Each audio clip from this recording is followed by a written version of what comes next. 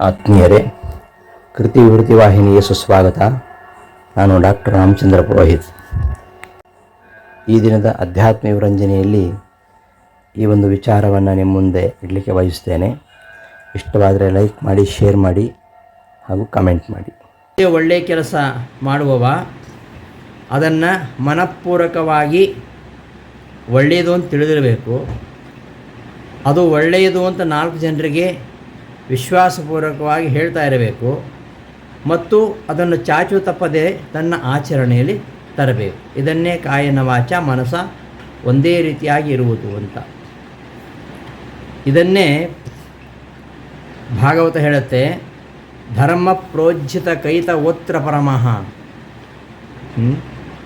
ಸಾಮಾನ್ಯವಾಗಿ ನಾವು ನೋಡ್ತೇವೆ, ಇನ್ನೊಬ್ಬರಿಗೆ ಉಪದೇಶ ಮಾಡಬೇಕಾದರೆ ಪಾಂಡಿತ್ಯವನ್ನು ಕಾಣ್ತೇವೆ. ಆದರೆ ಅಂತಹ ದೊಡ್ಡ ದೊಡ್ಡ ಮಾತುಗಳನ್ನು ಆಡುವವರು ತಮ್ಮ ಜೀವನದಲ್ಲಿ ಅವುಗಳನ್ನು ಪರಿಪಾಲಿಸಲಿಕ್ಕೆ ಅವರು ಮುಂದೆ ಬರ್ತಾರ? ಈ ಎಲ್ಲರೂ ತಮ್ಮ ತಮ್ಮ ಸ್ವಾರ್ಥವನ್ನೇ, ಸ್ವಲಾಭವನ್ನೇ ನೋಡ್ತಕ್ಕಂಥವರು. ಸರ್ವಃ ಸ್ವಾರ್ಥಂ ಸಮೀಹತೆ ಅಂತ ಹೇಳ್ತಾರೆ ನೋಡಿ. ಹೀಗೆ ಬೇರೆಯವರಿಗೆ ಮೋಸ ಮಾಡುತ್ತಿರೋರನ್ನೇ ನಾವು ಇವತ್ತು ಸಾಮಾಜಿಕವಾಗಿ, ರಾಜಕೀಯವಾಗಿ, ಸಾಹಿತ್ಯಿಕವಾಗಿ ಎಲ್ಲ ಕ್ಷೇತ್ರಗಳಲ್ಲಿಯೂ ಪ್ರತ್ಯೇಕವಾಗಿ ಕಾಣ್ತಾ ಇದ್ದೀವಿ. ಈ ಒಂದು ರೋಗ ಇವತ್ತು ಧಾರ್ಮಿಕ ಕ್ಷೇತ್ರದಲ್ಲಿಯೂ ಕೂಡ ಹಬ್ಬಿಕೊಂಡಿದೆ. ಕೇವಲ ಆಡಂಬರ, ಡಂಬಾಚಾರದ ಹೆಸರಿನಲ್ಲಿ ಮೋಸ ವ್ಯಾಪಾರಗಳು ನಡೀತಾ ಇವೆ. ಯಾವಾಗ ಧಾರ್ಮಿಕ ಆಧ್ಯಾತ್ಮಿಕವಾಗಿರ್ತಕ್ಕಂತಹ ಶಕ್ತಿಗಳನ್ನು ಮನುಷ್ಯ ಸ್ವಾರ್ಥಕ್ಕೆ ಉಪಯೋಗಿಸ್ಕೊಳ್ತಾನೋ ಅವ ಅಸುರನಾಗ್ತಾನೆ. ಅಂತಹ ಅಸುರರ ಇವತ್ತು ಜಗತ್ತಿನಲ್ಲಿ ಹೆಚ್ಚಾಗಿದ್ದಾರೆ. ಹಾಗಾಗಿ ಇವತ್ತು ಧರ್ಮಗ್ಲಾನಿ ಆಗ್ತಾ ಇದೆ. ಎಲ್ಲ ಯುಗಗಳಲ್ಲಿ ನಾವು ನೋಡ್ತಾ ಬಂದರೆ, ಕೃತಯುಗದಲ್ಲಿ ಹಿರಣ್ಯಕಶಿಪು ಮೊದಲಾದ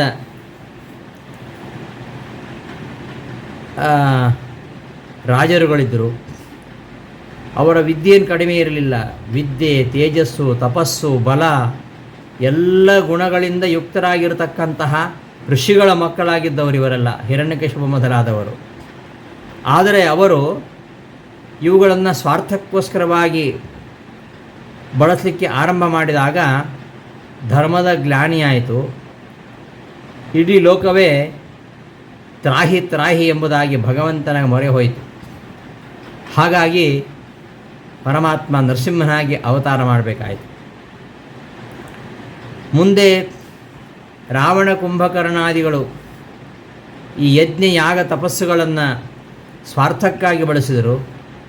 ಋಷಿಕುಮಾರರು, ಬ್ರಾಹ್ಮಣರು ಆದಂತಹ ಇವರೆಲ್ಲ ಸದ್ಗುಣಗಳನ್ನು ದುರುಪಯೋಗ ಮಾಡಿದ್ದರಿಂದಲೇ ಅವರು ರಾಕ್ಷಸರಾದರು.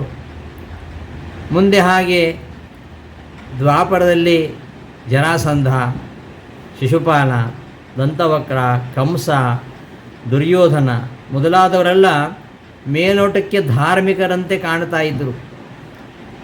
ಯಜ್ಞ ಯಾಗಾದಿಗಳಲ್ಲಿ ತೊಡಗಿದವರಾಗಿದ್ದರು, ತಪಸ್ವಿಗಳಾಗಿದ್ದರು, ಪೂಜೆ ಪುರಸ್ಕಾರ ಮಾಡ್ತಕ್ಕಂಥವರಾಗಿದ್ದರು.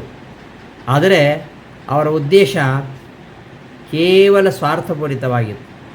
ಹಾಗಾಗಿ ಅವರು ಲೋಕಕಂಟಕರಾದರು. ಇನ್ನು ಕಲಿಯುಗದಲ್ಲಿ ಅಂಥವರಿದ್ದಾರೆ.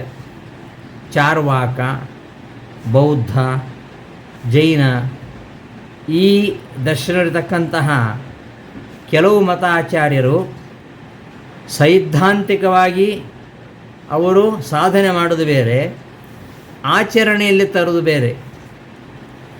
ಹೇಳೋದೇ ಬೇರೆ, ಅವರು ಮಾಡೋದೇ ಬೇರೆ. ಹೀಗೆ ಅವರು ಅಂಧೇನೈವ ನಿಯಮಾನಃ ಯಥಾಂಧಃ ಎಂಬಂತೆ ತಾವು ದಾರಿ ತಪ್ಪಿದ್ದಲ್ಲದೆ ಬೇರೆಯವರನ್ನು ದಾರಿ ತಪ್ಪಿಸಿದರು. ಇನ್ನು ಈಗಂತೂ ನಾವು ನೋಡ್ತಾ ಇದ್ದೇವೆ, ಈ 20-21ನೇ ಶತಮಾನಗಳಲ್ಲಿ ಅದೆಷ್ಟು ಪಾಖಂಡಿಗಳಿದ್ದಾರೆ ನಮ್ಮ ದೇಶದಲ್ಲಿ.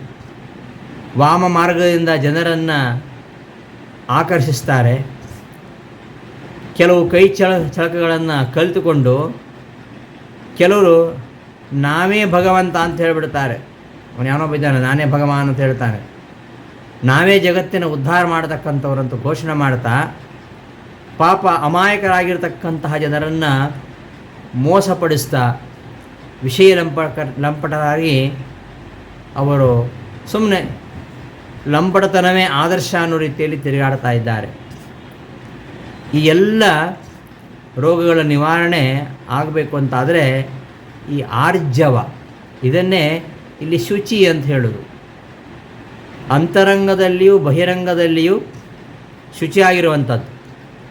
ಅಂದರೆ ಸರಿಯಾಗಿ ತಿಳ್ಕೊಳ್ಬೇಕು, ಸರಿಯಾದ್ದನ್ನೇ ಹೇಳಬೇಕು, ಸರಿಯಾದ್ದನ್ನೇ ಆಚರಣೆ ಮಾಡಬೇಕು. ಹೇಳುವುದೇ ಒಂದೇ, ಮಾಡುವುದೇ ಒಂದೇ, ಮತ್ತು ಅವರ ಮನಸ್ಸಲ್ಲಿರುವುದು ಇನ್ನೊಂದು. ವಚಸ್ಸೇಕಂ ಮನಸ್ಸೇಕಂ ಕರ್ಮಣ್ಯೇಕಂ ದುರಾತ್ಮನಾಂ ಸುಭಾಷಿತ ಹೇಳುತ್ತೆ. ಹೀಗೆ ಯಥಾರ್ಥವಾದ ಜ್ಞಾನ, ಯಥಾರ್ಥವಾದ ಉಪದೇಶ, ಯಥಾರ್ಥವಾದ ಆಚರಣೆ ಇದಿದ್ದರೆ ಇಂತಹ ಒಂದು ರೋಗವನ್ನು ನಿವಾರಣೆ ಮಾಡ್ಬೋದು. ಇದನ್ನೇ ಭಾಗವತ ಧರ್ಮ ಅಂತ ಹೇಳ್ತು. ಆರ್ಜವ ಗುಣ, ಈ ಕೈತವ ಇಲ್ಲದಿರುವಂಥದ್ದು, ಈ ಮೂರು ರೀತಿಯಾಗಿರತಕ್ಕಂತಹ ಗುಣ, ಯಥಾರ್ಥ ಜ್ಞಾನ, ಯಥಾರ್ಥ ಉಪದೇಶ, ಯಥಾರ್ಥ ಆಚರಣೆ, ಇದು ಮೂರು ಇದ್ದರೆ ಇದಕ್ಕೆ ಆರ್ಜವ ಅಂತ ಹೇಳೋದು. ಇದನ್ನು ಭಾಗವತಕಾರರು ಧರ್ಮ ಪ್ರೋಜ್ಜಿತ ಕೈತವೋತ್ರ ಪರಮಃ ನಿರ್ವತ್ಸರಾಣಾಂ ಸತಾಂ ವೇದ್ಯಂ ವಾಸ್ತವಮತ್ರ ವಸ್ತು ಶಿವದಂ ತಾಪತ್ರಯೋನ್ಮೂಲನಂ ಶ್ರೀಮದ್ಭಾಗವತೆ ಮಹಾಮುನಿಕೃತೆ ಕಿಂವಾ ಪರೈರೀಶ್ವರಃ ಸದ್ಯೋ ಹೃದಯವರುಧ್ಯತೇತ್ರ ಕೃತಿಭಿಃ ಶುಶ್ರೂಷಿಭಿಃ ತತ್ಕ್ಷಣಾತ್ ಎಂಬುದಾಗಿ ಭಾಗವತದ ಆರಂಭದಲ್ಲಿ ಹೇಳ್ತಾರೆ ವೇದವ್ಯಾಸರು. ಧರ್ಮ ಅಂದರೆ ಯಾವುದು? ನಿಜವಾದ ಧರ್ಮ ಅಂದರೆ ಯಾವುದು ಅಂದರೆ ಪ್ರೋಜ್ಜಿತ ಕೈತವಃ ಧರ್ಮ ಅತ್ರ ಪರಮಃ ಧರ್ಮ ನಿರ್ಮತ್ಸರಾಣಾಂ ಸತಾಂ. ಮೋಸ, ಮಾತ್ಸರ್ಯ, ಸ್ವಾರ್ಥ ಮೊದಲಾದ ದುರ್ಗುಣಗಳು ಇಲ್ಲದಂತಹ ಸಜ್ಜನರಿಗೆ ನಿಜವಾದ ಧರ್ಮ ಹೇಳಬೇಕು. ಯಾವ ಧರ್ಮ ಅದು ಅಂದರೆ ಈ ಮೋಸ, ಕಾಪಟ್ಯ, ವಂಚನೆ ಇವುಗಳಿಂದ ರಹಿತವಾಗಿರುವಂಥದ್ದೇ ಧರ್ಮ. ಪ್ರೋಜ್ಜಿತ ಕೈತವಃ ಧರ್ಮ ಪರಮಃ ಧರ್ಮ. ಮೋಸ, ಕಪಟತನ ಇವುಗಳಿಂದ ರಹಿತವಾಗಿರತಕ್ಕಂತಹ ಧರ್ಮವನ್ನೇ ಭಾಗವತ ಉಪದೇಶ ಮಾಡ್ತಾ ಇದೆ. ಮಾತ್ಸರ್ಯ, ವಂಚನೆ, ಸ್ವಾರ್ಥ ಇವೇ ಮೊದಲಾದ ದುರ್ಗುಣಗಳಿಂದ ರಹಿತರಾಗಿರತಕ್ಕಂತಹ ಸಜ್ಜನರಿಗೆ ಮಾತ್ರ ಇಲ್ಲಿ ಭಾಗವತದಲ್ಲಿ ಹೇಳ್ತಕ್ಕಂತಹ ವಿಷಯಗಳು ಅರ್ಥವಾಗತ್ವೆ ಅಂತ ವೇದವ್ಯಾಸರು ಹೇಳ್ತಾರೆ. ಇಲ್ಲಿಯ ಸತ್ಯ ವಿಷಯಗಳನ್ನು, ಭಾಗವತದಲ್ಲಿ ಬರತಕ್ಕಂತಹ ಸತ್ಯ ವಿಷಯಗಳನ್ನು ಅಂದರೆ ಪರಮಾತ್ಮನ ಸತ್ಯವಾದ ಮಹಿಮೆಗಳನ್ನು ತಿಳಿದುಕೊಳ್ಳುವುದರಿಂದ ಶಾಂತಿ, ಸಮಾಧಾನ, ಶಾಶ್ವತವಾಗಿರ್ತಕ್ಕಂಥ ಸುಖ ದೊರೀತವೆ. ನಮ್ಮ ಎಲ್ಲ ತಾಪಗಳು ದೂರ ಆಗ್ತವೆ. ಮಹಾಮುನಿಗಳಾಗಿರ್ತಕ್ಕಂತಹ ವೇದವ್ಯಾಸ ಬರೆದಂತಹ ಈ ಭಾಗವತ ಗ್ರಂಥದಲ್ಲಿ ಹೇಳ್ತಕ್ಕಂತಹ ಆರ್ಜವ ಸಹಿತವಾಗಿರ್ತಕ್ಕಂತಹ ಧರ್ಮಾಚರಣೆಯನ್ನು ಮಾಡ್ತಾ ಪರಮಾತ್ಮನ ಸೇವೆಯನ್ನು ಮಾಡಿದರೆ ಸಾಕ್ಷಾತ್ ಪರಮಾತ್ಮ ಅಂತಹ ಸಾಧಕರ ಹೃದಯ ಮಂದಿರವನ್ನು ಪ್ರವೇಶಿಸ್ತಾನೆ, ಅವರನ್ನು ಮೋಕ್ಷ ಕರ್ಕೊಂಡು ಹೋಗ್ತಾನೆ. ಈ ವಿಚಾರವನ್ನೇ ಕೃಷ್ಣ ಭಗವದ್ಗೀತೆಯಲ್ಲಿ ಶುಚಿಹಿ ಅಂತ ಹೇಳ್ತಾ ಇದ್ದಾನೆ. ಯಥಾರ್ಥ ಜ್ಞಾನ, ಯಥಾರ್ಥ ಉಪದೇಶ, ಯಥಾರ್ಥ ಆಚರಣೆ, ಇಂತಹ ಆರ್ಜವ ಗುಣ ಇರತಕ್ಕಂತಹ ವ್ಯಕ್ತಿ ಯಾವುದೇ ಧರ್ಮಾಚರಣೆಗೆ ಕಾಯಿಕ, ವಾಚಿಕ ಹಾಗೂ ಮಾನಸಿಕವಾಗಿರತಕ್ಕಂತಹ ಶುಚಿತ್ವ, ಪಾವಿತ್ರ್ಯತೆ, ಅದೇ ಆರ್ಜವ. ಅದು ಇರಲೇಬೇಕು.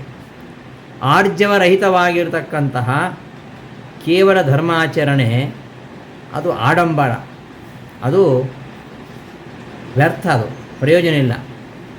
ಅಂತಹ ಆಡಂಬರ ಡಂಬಾಚಾರಗಳಿಂದ ಕೆಲವರು ಅಮಾಯಕರನ್ನು ಮೋಸಗೊಳಿಸಬಹುದೇ ಹೊರತು ಅವರೆಂದೂ ಸರ್ವಜ್ಞನಾಗಿರತಕ್ಕಂತಹ ಪರಮಾತ್ಮನಿಗೆ ಮೋಸ ಮಾಡಲಿಕ್ಕೆ ಸಾಧ್ಯವೇ ಇಲ್ಲ. ಧರ್ಮಾಚರಣೆಯ ಉದ್ದೇಶ ಜನರಿಂದ ಹೊಗಳಿಸಿಕೊಳ್ಳುವುದಕ್ಕೋಸ್ಕರ ಅಲ್ಲ, ಭಗವಂತನನ್ನು ಸಂತೋಷಪಡಿಸೋಕ್ಕೋಸ್ಕರ. ಭಗವಂತನಿಗೆ ಪ್ರೀತಿಪಾತ್ರನಾಗಬೇಕಾದರೆ ಇಂತಹ ಡಂಬಾಚಾರಗಳಿಲ್ಲದೆ ಆರ್ಜವ ಸಹಿತನಾಗಿ ಅರ್ಥಾತ್ ಶುಚಿಯಾಗಿ ಇರಬೇಕು.